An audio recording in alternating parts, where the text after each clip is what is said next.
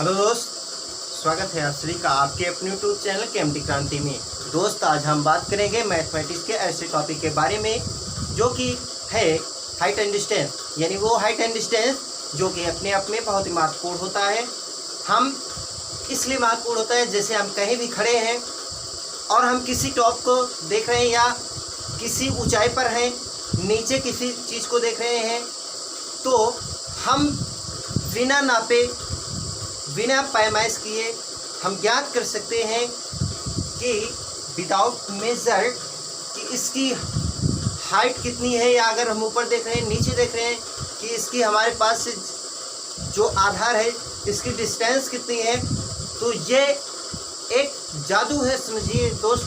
अगर कोई भी चीज़ बगैर मेज़र किए हुए आ रही है तो आप समझिए आज का टॉपिक क्या है जो कि मैंने बताया हाइट एंड डिस्टेंस। आज जो है हमारा क्लास 5 पार्ट 3 होने जा रहा है, जो कि आज स्मार्ट क्लास होगा। इस स्मार्ट क्लास के अंतर्गत आपको कुछ चीज़ों से इस तरीके से बचाएंगे कि जैसे tan थीटा लिखना हुआ, कुछ चीज़ें आज जो है लिखने से बचेंगे। बस आज आप एक चीज़ करिए, हमारे क्वेश्चन के साथ साथ चलिए और देखिए कि क्या कहाँ इस्तेमाल किया जा रहा है।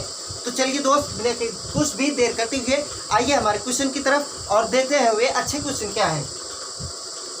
जैसे कि दोस्त, क्वेश्चन सॉल्व करने से पहले, क्वेश्चन अटेम्प्ट करने से पहले एक चीज़ जान लेते हैं कि हम इस टॉपिक से संबंधित जैसे कुछ बातें आती हैं जिन्हें जानना बेहद ज़रूरी है। जैसे क्या होता है कि उन्नयन कोड पूछ लेता है, उन्नयन कोड क्या होता है, अनुमान पूछ लेता है, अनुमान क्या होता है। जैसे कि अगर मान लीजिए थोड़ा बात करते हैं उन्नयन अनुमान के बारे में।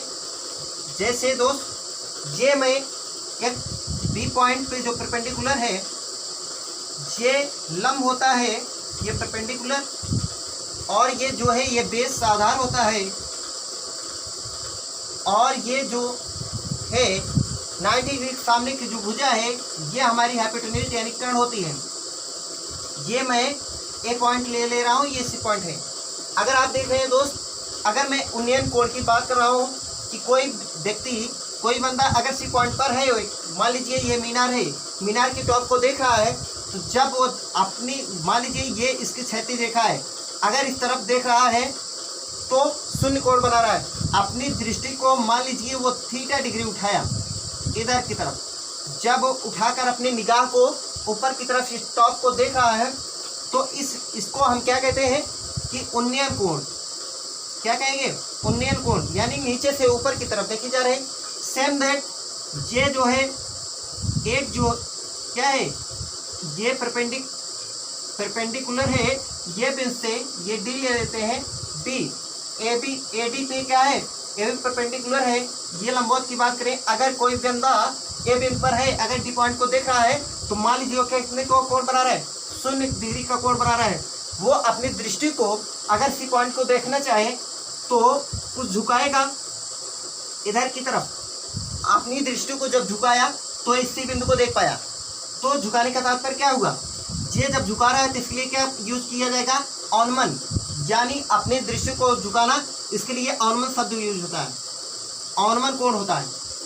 तो अनुमान कोण के लिए क्या होगा, ये अपनी दृष्टि को झुकाया, तो जितना डिग्री झुकाएगा, मान लीजिए थीटा डिग्री, जितना इधर होगा कि जितने ज़रूरत पड़ेगी इसे देखने के लिए, उतनी ज़रूरत पड़ेगी इस बंदे को अपनी दृष्टि को झुकाने की, यानी कि यहाँ कितने कोण झुकाएगा, जो कि होगा थीटा डिग्री।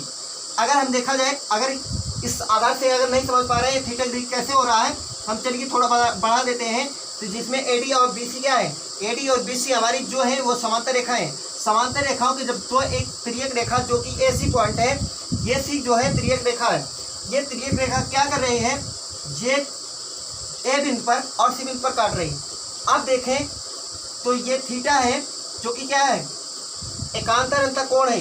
ये एकांतर कोण इसके लिए क्या होगा, एकांतर अंतर कोण इसके लिए, अगर जो एकांतर अंतर कोण, क्योंकि दो समांतर रेखाओं को जब तिर्यक रेखा काटती है तो एकांतर अंतर कोण क्या होते हैं, बराबर होते हैं। अगर ये थीटा है तो उसी आधार पे ये भी क्या हो जाएगा, थीटा हो जाएगा। जैसे कि दोस्त मैं आपसे उम्मीद कर रहा हूँ या मैं समझ रहा हूँ, आप जो है बातों को समझ रहे हैं। चलिए, ये जो अंतरिक्ष शब्द आता है, मान लीजिए कोई क्वेश्चन में कह रहा है कि कोई पार्ट्स, मान लीजिए ये कोई स्तंभ है, यदि किसी बिंदु पर थीटा कोण अंतरित कर रहा, अंतरित करने का मतलब जिसके लिए बताया जा रहा वो टोटल अंतरित करेगा। अगर यहाँ कोई झंडा होता, बात की जाती है फ्लैग जो है कितने का कोण इस वक्त सी पॉइंट लेते हैं, सी पॉइंट पर कितने डिग्री का कोण अंतरित कर रहा है, तो मैं क्या करूँगा, इस डी पॉइंट से सी को मिला दूंगा।